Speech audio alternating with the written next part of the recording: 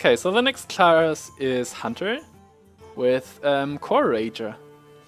Yeah, and that makes me think, oh, Blizzard actually really likes space hunters, huh?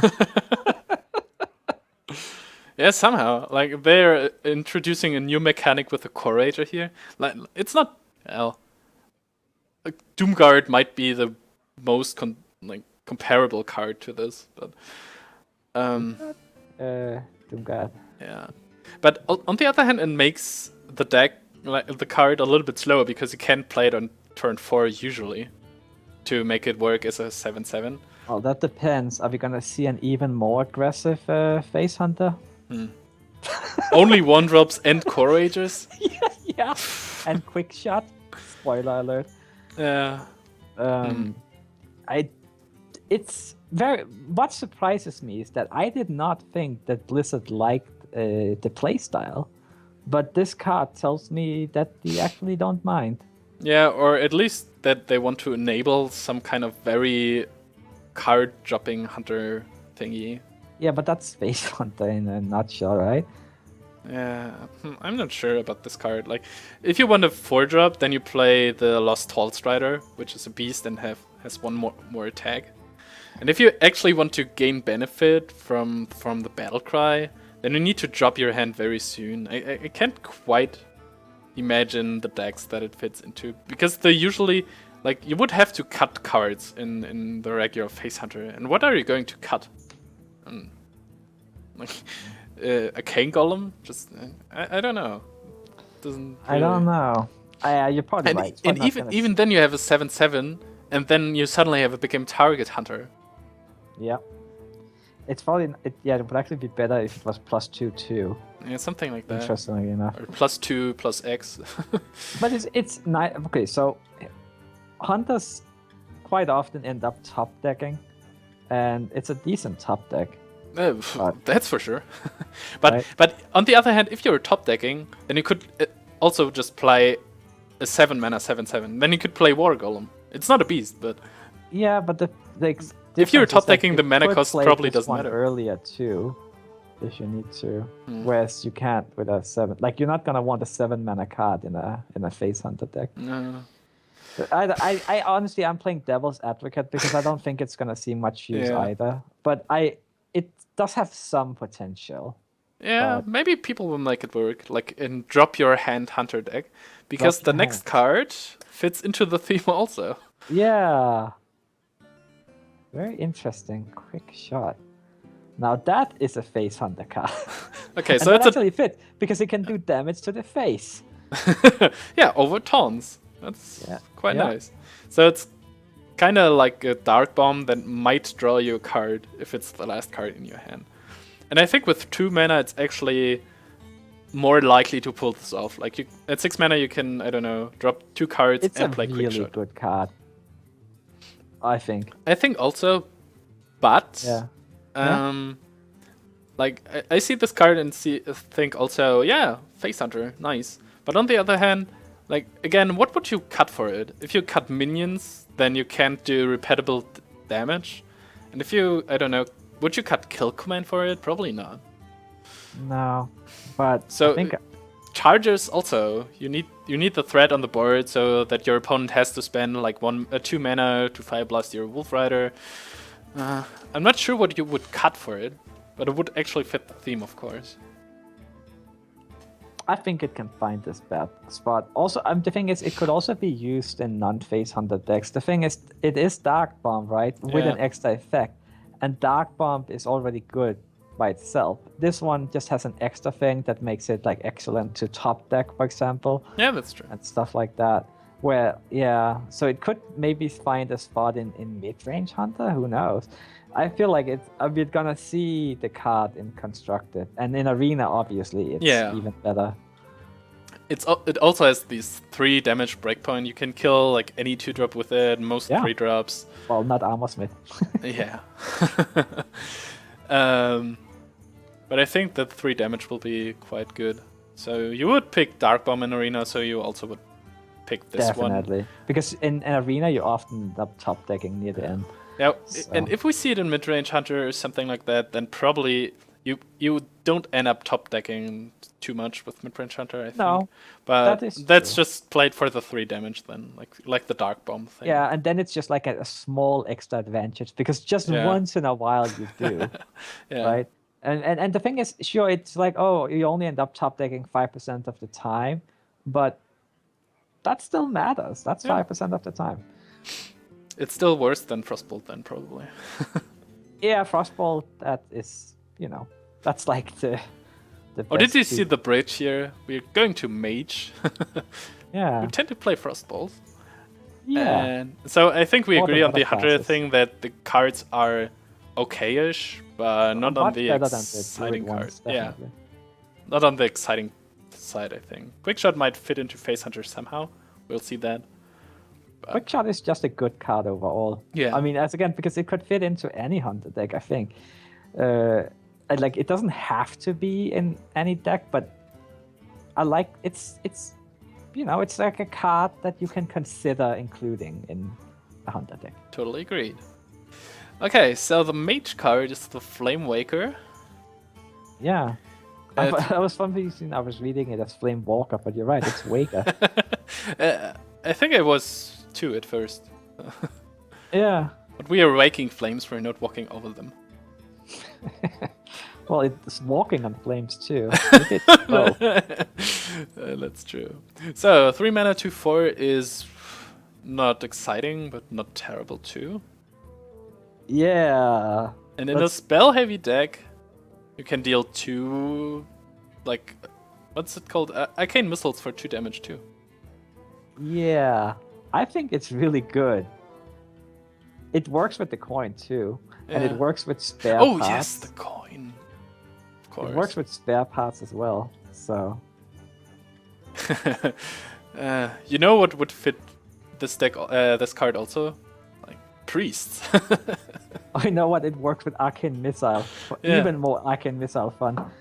Oh, you're right though. It would be great in Priest, but thankfully we cannot have it. Yeah. Well, we can thought steal it and then you cry probably. Oh man, don't do this to me. Or you could, I don't know, I recombobulate your 3-drop. I think Flamewaker is really good. I mean, Mage has a lot of cheap spells, like you have Frostbolt, you have the coin, you have spare parts, you have a unstable portal, right? I mean, Yeah, we have seen a tempo deck, so you could play this and at turn 4, and with it, if you have a Sorcerer's Apprentice or something, you could play yeah, Unsealed definitely. Portal with it, and then you get like. I mean, some crazy stuff can happen. Yeah, of course. Yeah. And then as a It has to be a spell heavy deck, of course. The stats by itself are not that bad. Like No, it's holds quite its own. resilient. Yeah. Oh, and which is very good on cards that have effects, because that's one of the weaknesses with a Knife Juggler, right? It only has 2 lives, so it dies to everything. Yeah. Whereas with a Knife Juggler, you might would prefer it as a 2/3, so it can survive more things. Yeah. Like the Keeper of the Grove, for example. Yeah, you could drop it in turn 3, and if your opponent can't deal with it, Them. you can, I don't know, play Unstable portal Frostbolt, next turn. Frostbolt, Flame Cannon, coin, right. missiles. I don't know. Yeah. But the 2 damage will matter. In a tempo-oriented deck, the 2 damage will matter a lot anyways, so... Yes. If you can get 1 spell off with it, it should probably see some value. Yep, I agree. I'm not sure like which kind of deck it would fit right now, but I'm sure it will see some play, at least experimental-wise. It's a good card, I think. Yeah. Especially because it works with the coin. I didn't think about that, actually. But if you want to go second with this, and then... Yep. It's quite okay.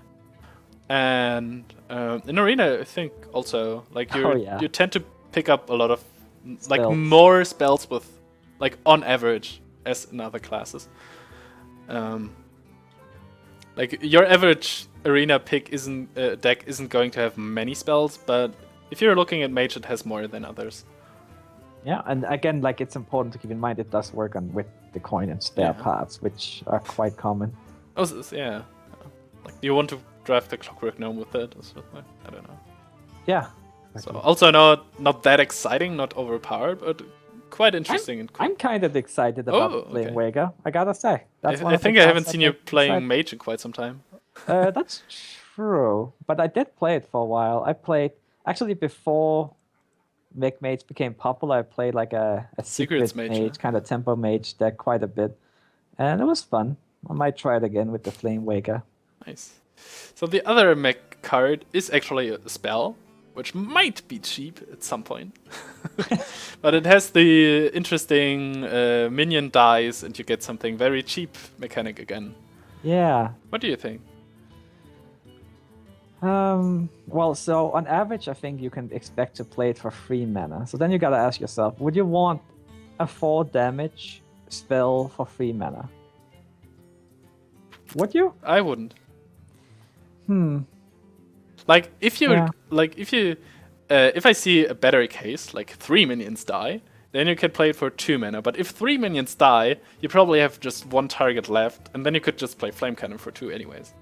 That is a good point. That Flame Cannon does exist because that does 4 damage too, and you will rarely want to play Dragon Spread on the face, which Flame Cannon cannot. So yeah, you're right. I don't know.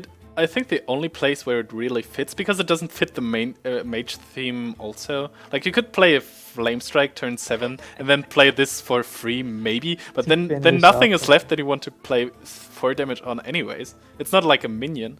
So I think the only card that the only deck that it would fit in is some kind of burn deck where you want to have more spell reach somehow, where you include Frostbolts, Firebolts, and this thing somehow. Yeah, but the thing is, if you're trying to burn someone down for the kill, you're not killing their minions. Yeah, and you don't kill, like, 5 mana 4 damage is also not that exciting. Oh, no. I'm thinking about it as 3 mana, because I think that would be about the average you could expect to pay for it. I don't know.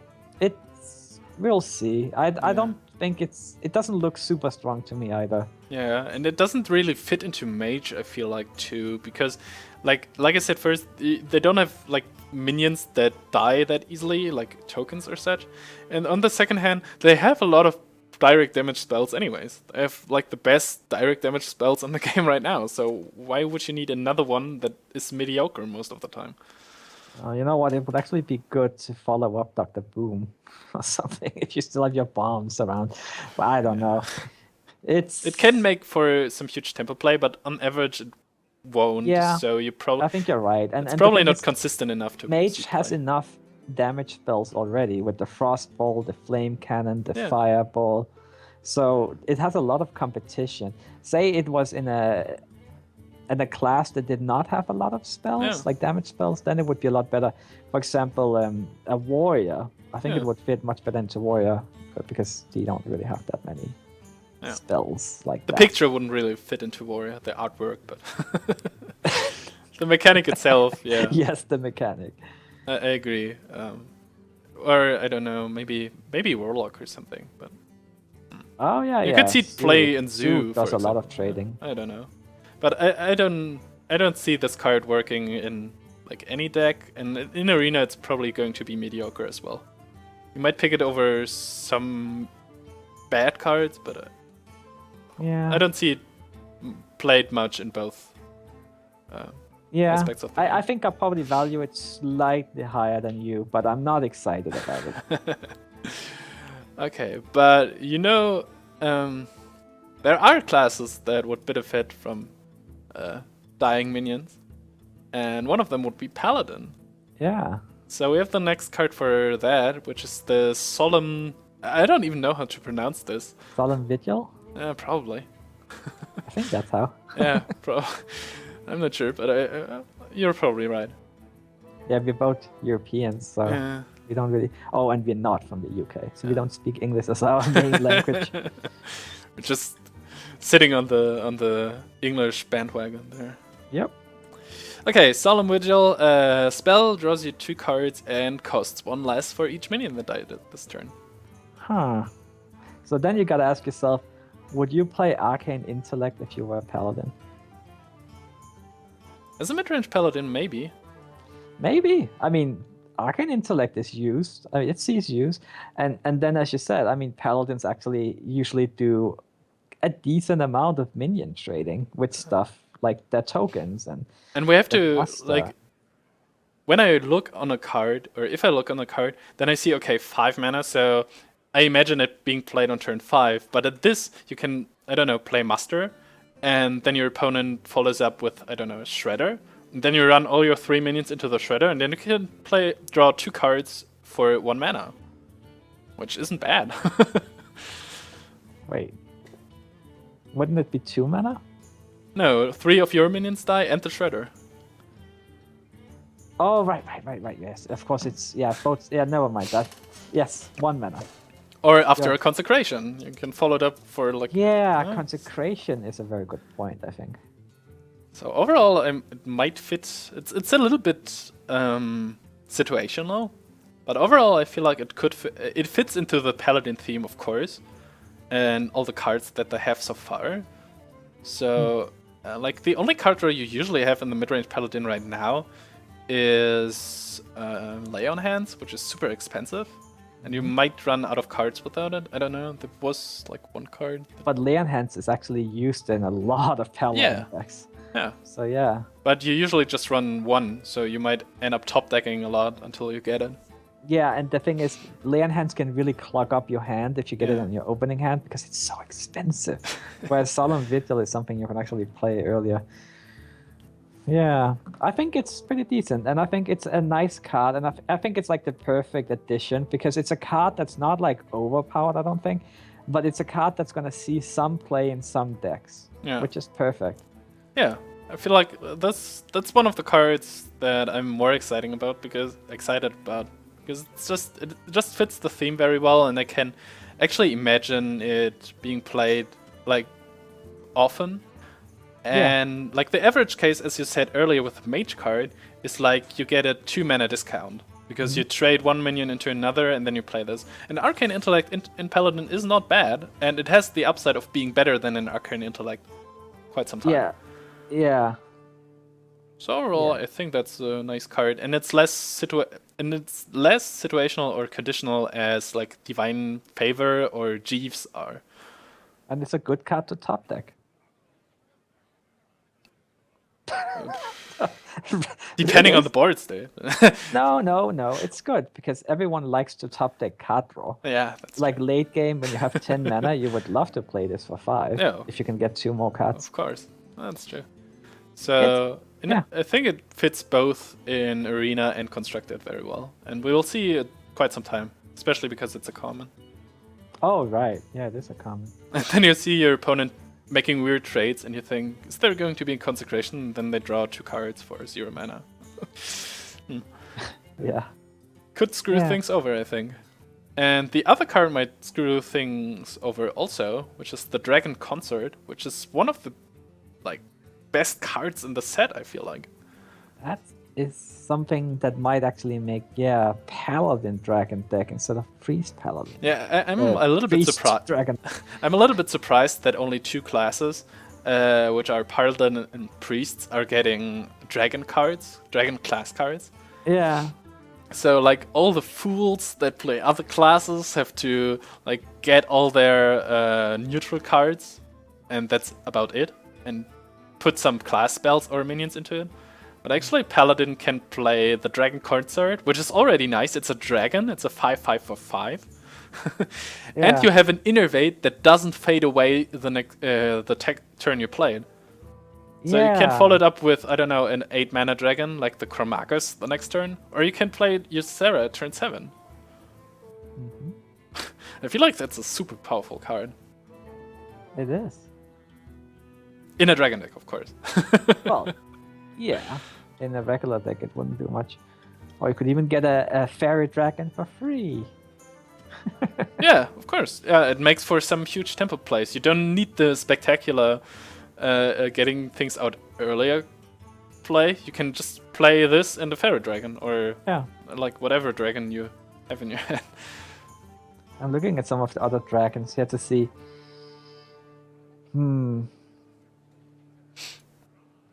Yeah, I think overall it's just it's a very nice card, for sure, and it's gonna make Dragon Paladin interesting. Yeah, I think it enables Paladin as one of the main archetypes for For this thing. dragons, yeah. Yeah. Just because of that single card, it's pretty amazing how one card can change everything. But of course, it's not a legendary, so you can have 2 of them. Yeah. Especially. I don't know. It's good. Yeah. Super good. I feel like after the legendary, like, how's it? I'm also bad with the numbers. Emperor Tarusian.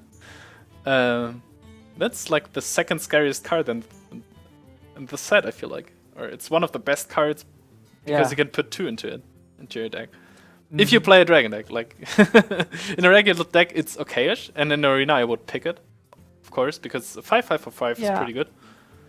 And then if I got it in arena, I would just try it and see if I could find another dragon. Yeah, and the best thing about it is what I didn't see when I first looked at the card. It's not limited to this particular turn. It just stays there until the game ends, and if you happen to draw a dragon 3 turns later, you can play it for 2 less. I'm pretty excited about this card, I have to say. Could play 2.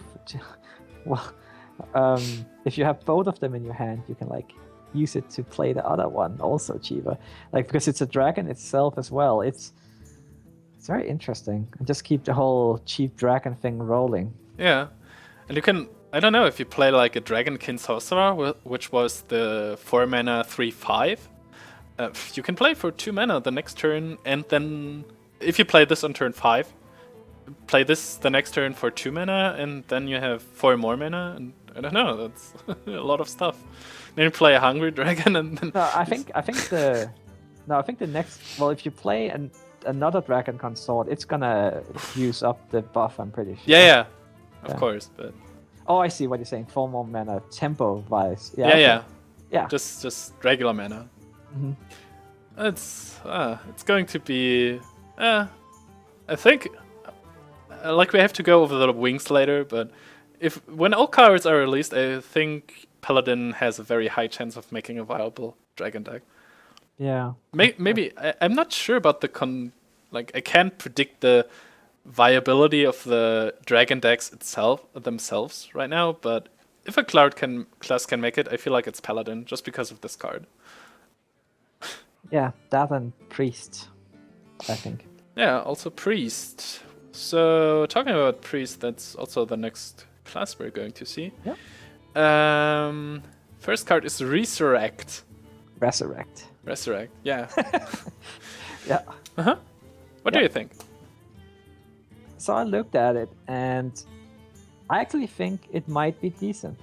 Because, say you're mostly playing relatively... Like, honestly, how often do priests run a lot of 2-drops and less? They don't really run that many of them. So, if you have a dead minion, it's probably going to be a minion that costs more than 2 mana, which means that you're going to get a tempo advantage by playing it. Of course, you can't play it on turn 2. Well, you can, I guess, but you probably don't want to. But yeah, I actually think it might be quite decent. Yeah, well, on the downside is you get a random minion, but the very upside is it works with cards like Injured Blademaster amazingly. You'll get a 4/7 for 2 mana then, if you summon it. So. Right, because you don't think the battle cry goes off. No, of course you're not. Right. Yeah. You don't play the minion, you just summon it. You just you don't play it from your hand. So. Yeah, I think you're right. Kind of like when you copy them. No, not. Yeah, yes. Yes. Yeah, I think it will be pretty good. And you know what? Even if you get a 2-drop, well, then you've got a 2-drop for 2 mana. That sounds fair enough. I mean, of course. But on the other hand, I don't see it being played in every priest deck or something. It's a kind of niche card, and you might just want to put it like what I first thought about when I saw it is like you can put it into a deck. Of course, you can put it into a deck, but where you just curve out with spells the first 2. Like 1 and 2. So you have like smites and exactly. And then you start your minion curve at 3 with like Injured Blademaster and Dark Cultist. And then with like 4 and 5 and 6, and then you'll like always get good value from the Resurrect anyways. Yeah. Yeah, you probably don't want to play Zombie Chows in that deck. It would make the deck like It fits the priest theme of having like a lot of cards, not playing many of these, and waiting for some combos. That's what they do already. Yeah, But so, it could be like a tempo swing, right? I should say, like with a Blade Master, for example. and Like, then you that's suddenly what- get or you suddenly get a Sylvanas at turn 8 for 2 mana and play, I don't know, whatever you want to do with your remaining 6 mana. Yeah. So it might seem some play and a lot of experimentation, I think, and might fit into some decks, but I don't think it's like the go-to card for every priest deck or something. Because you would always have to cut something for it. It's a little bit like Unstable Portal, just that you can control what you get out of it. I don't know. But actually, if you compare it to Magic, I don't know, have you played Magic? Very little. Yeah, I've played it like 10. Yeah, I played it when I was like 14 or something, and then what I was about to say is you have a graveyard mechanic. You can manipulate the cards that died basically this turn. And then you could choose which card from your graveyard you would want back with those kind of cards. Yeah, you didn't really have random effects in Magic, but yeah, think about the die you would have to roll. Yeah, but this card actually makes a little bit like use of the mechanic, and you also would have to remember, like if you played very competitively and like super optimizing, you have to remember all the minions that died of your minion of yours that died so far. Mm-hmm. So you can say, I need this or this minion, like how are the odds? Will be interesting to see. I think, yeah, good card. Yeah, it's an interesting card. It fits in Priest, obviously. Yeah. Now it resurrects rather than steals, which is a nice change. Yeah, it fits the healing theme, it fits the priest theme. I think it's just a fitting card. It's not an exciting or great card, but it's just fitting, and it's a good addition to the game, I think. Oh, and in Arena it would probably be decent too. I don't know. You would definitely want to curve out lower in Arena. But how many 1-drops do you run in Arena? Yeah. Okay, you could get a zombie chow for 2. Yeah, you're probably right. Well, on the other hand, you just get you cannot really choose what minion you play, so you might just get, I don't know, 2.5 minions on average when you want to play this, and it clocks in your hand, which is in the Arena meter that we have so far. Might be too slow, actually. I don't know. I mean, you're right. At the same time, it's a decent card. I mean, I would not be my top 1 pick in Arena, no. But it's not a card I would be sad to see. Better than Libernome. Yes. Oh man, it's the worst for Priest. Can't even heal it. Okay, so the next Priest card is also a dragon, which is the Twilight Whelp. Yeah. I think I read the first sketch of this card was like Twilight Drake, that you get more health with cards that you have in your hand. Wait, this obviously would be overpowered. So I see why they changed it, but now I'm not sure about the mechanic. If I really like it. Maybe it would be 1 more health for each dragon you had in your hand. That would work. No, but the current mechanic, like how we see it now, I'm not sure about it. Well, if in a heavy dragon deck, it's pretty good. Yeah, but the thing is how many dragons you will run in a priest deck, and then you want this probably to be played on turn 1. And imagine you go first and have something like, I don't know, Twilight Whelp, Power Shield, whatever dragon, high cost dragon you play. Let's say Ysera. We talked about Ysera earlier. Can you afford to put it away if you know that you're up against, I don't know, Hunter or Mage? I would rather play Zombie Chow, probably. Okay, so when is Priest usually the weakest? Early game, right? Yeah. So I think, like, it would be obviously it wouldn't be optimal to play it as a 2-1, but it would let them get something out there early so they can like have a higher chance of surviving to late game where Priest excels usually. And then I think a lot of the time you could get it as a 2-3. I don't think it would be difficult to get 10 or more dragons in a deck, especially if 2 of them are the Twilight Whelps themselves. Mm-hmm. Then you just need 4 other pairs of dragons. And we looked earlier, right? And there are several choices to pick from, like the Hungry Dragon, Volcanic Drake, Dragonkin Sorcerer, and all that kind of stuff. And then we have the usual suspects like Ysera and all that kind of stuff. So, I mean, I like it, but so I just realized that we don't have like board-centric mechanics with dragons. So you don't have a card like give a dragon +1/+1 or something. So the only card mechanic that we have, like the only dragon synergy we have, is the holding mechanic, which is kind of cool on the one side. But on the other hand, if you want to play this on turn 1, it requires you to have a dragon. And on the other hand, if you want to play it at turn 1, you could also play a Zombie Chow, because the Zombie Chow drawback isn't usually going to hurt you very much. In fact, you can abuse it with cards like how's it called? Okanai Soul Priest. So overall, I'm not really sold on this card already, but it fits the theme at least. You're right. I mean, comparing with Zombie Chow, it becomes a harder sell. But the thing is, it is a dragon, so even if you end up like drawing it later, maybe you need another dragon together with like the Blackwing Technician or something like that. Yeah. You're right. I'm not as sold on it anymore. You're kind of convincing me that maybe it's not as good as I first thought. Yeah, but maybe we'll also, like, on the one hand, if you want to play turn 1, then you have to keep probably the dragon that you have and can't afford to mulligan it. On the other hand, maybe we'll see decks that run both Twilight Whelp and Zombie Chow, like for a very high and aggressive early game, and then with cards like we already have Balance Chosen and such, just to make it aggressive early game with also dragon synergy, because we already talked about priests and dragons. They work very, very well together, I feel like. So maybe we'll see some aggressive tempo, not aggressive, but tempo-based priest decks. Yeah. That this would fit into, probably. That's interesting. You actually managed to kind of change my mind a bit. I was pretty excited about it, but I'm like, you're right. I mean, Zombie Chow is the same stats. Okay. Yeah. Okay. Oh, but 2 interesting cards, at least, for the priest. Oh, yeah. Definitely. Not like the Druid one. The Druid is like the black sheep.